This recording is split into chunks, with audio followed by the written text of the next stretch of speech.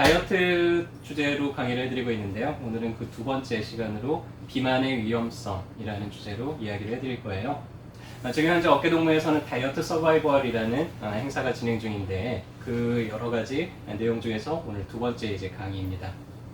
비만이 우리 몸에 어떻게 문제들을 일으킬 수 있고 어떤 문제들을 일으킬 수 있는지, 그리고 우리가 비만 관리를 하면서 어떤 문제들을 좀 예방하고 치료해 나갈 수 있는지, 그런 내용들을 중심으로 이야기를 해드릴 거예요. 살을 빼야겠다는 결심을 하는 분들 아마 많이 있을 겁니다.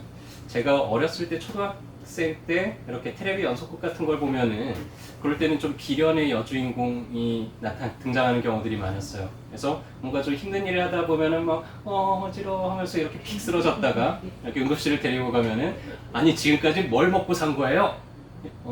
영양 부족입니다. 뭐 하면서 이제 그 당시에는 뭔가 이제 그런 주제로 드라마가 나오는 일이 많았었는데, 요새는 영양 결핍, 영양 부족 이런 것 때문에 문제가 되는 분들 주변에서 아마 본 적이 거의 없으실 겁니다. 거의 다 사라졌죠. 지금은 어떤 질환들이 많이 남아있느냐, 어떤 질환들이 늘어났냐 하면은 체중이 늘어서 너무 잘 먹어서 생기는 문제들이 훨씬 더 많이 늘어나고 있는 것 같습니다.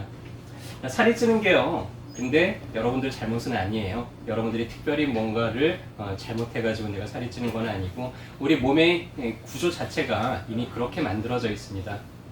인류의 역사가 수만 년이 되는데요, 그 수만 년 동안 살아남은 인류들은 어떻게 됐냐면요, 우리가 구석기 시대만 하더라도 사냥을 해가지고는 멧돼지를 큰 걸 한 마리 잡았어요. 자, 근데 이걸 하루에 다 먹을 수 있나요? 다 못 먹죠. 그럼 이걸 어떻게 했을까요? 그 당시에는 냉장고도 없었죠. 소금에 절여가지고. 소금에 절여서. 근데 이 구석기 시대에는 아직 그런 방법들도 잘 개발이 안 됐었어요. 그래서 어떻게 했냐면은 일단 최대한 먹을 수 있는 만큼 다 먹었습니다. 동네에 있는 가족들 다 불러다가, 시족들 다 불러다가 먹을 수 있는 만큼 다 먹었어요. 왜냐면은 자연 상태에는 보관이 안 되거든요. 자연 상태에 놔두면은 며칠 지나지 않아서 상해버릴 거고요. 그때 이제 잘못 먹다가 식중독 때문에 오히려 호되게 고생도 하고 그랬을 겁니다. 그래서 그 당시에는 냉장고도 없었기 때문에 외부에 저장하기보다는 내 몸속에다가 저장을 했어요. 그래서 최대한 먹으면은 그렇게 해서 남은 영양소들은 지방이라는 구조로 바뀌어서 내 몸에 이제 차곡차곡 쌓이게 되죠. 자, 그런 거를 잘 했던 인류들이 기아나 가뭄이나 이런 것들을 극복하면서 잘 살아남았고요. 그리고 우리는 그런 인류들의 후손입니다. 아마 그 당시에 뭔가 이렇게 지방을 잘 만들어내지 못하는 유전자를 가지고 있는 사람들이다 그러면은 보릿고개 한 번씩 넘어가면서 아마 다 힘들었을 거예요, 살아남기가. 미국의 원주민 중에서, 원주민들이 인디언이죠, 상당히 용맹한 부족이 하나 있었다 그래요. 이 부족이 얼마나 용맹했냐면요, 일주일에 밥을 딱 한 번만 먹었답니다. 일주일에 딱 한 끼만 먹고도 일주일 동안 밤낮 없이 뛰어다니면서 들판을, 그러면서 적 부족들과 싸워서 이기고 이랬을 정도로 상당히 용맹하고, 어떤 면에서는 되게 효율적이죠. 일주일에 딱 한 끼밖에 안 먹었는데 한 끼만 먹고도 일주일을 견디는 몸을 가지고 있었던 거예요. 얼마나 효율적입니까? 근데 이 부족들이 이제 미국 현대사회가 되면서 지금은 거의 멸종 상태예요. 왜?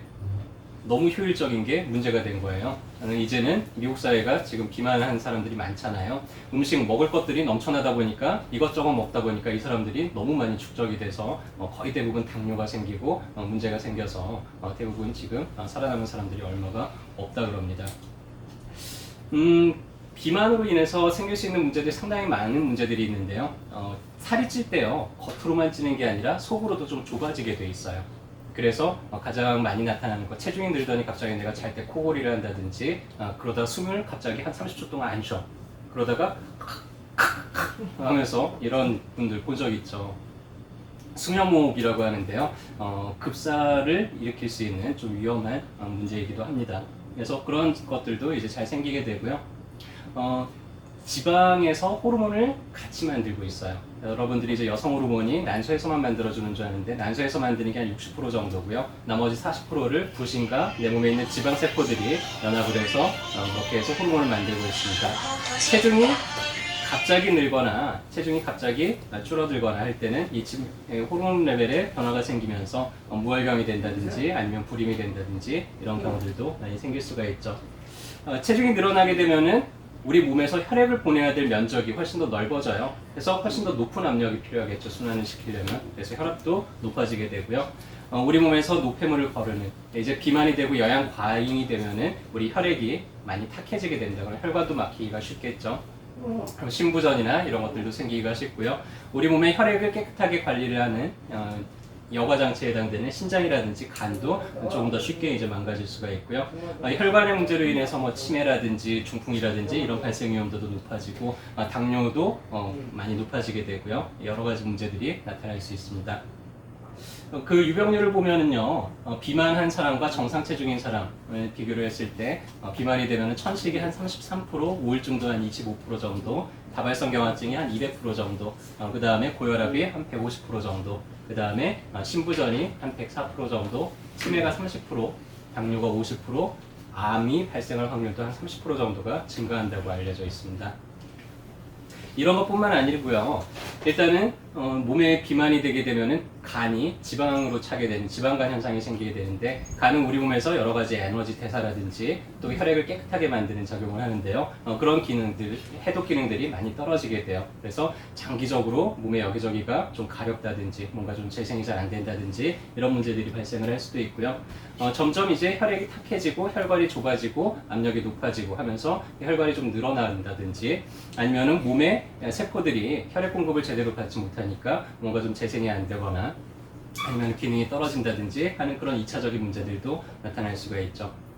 체중이 늘어나게 되면 관절에 대한 부담들도 많이 늘어나게 되는데요. 특히나 우리 몸에서 체중을 지탱하는 허리라든지 고관절, 무릎, 발목 쪽의 관절 문제들은요, 체중하고 좀 밀접한 관계가 있습니다.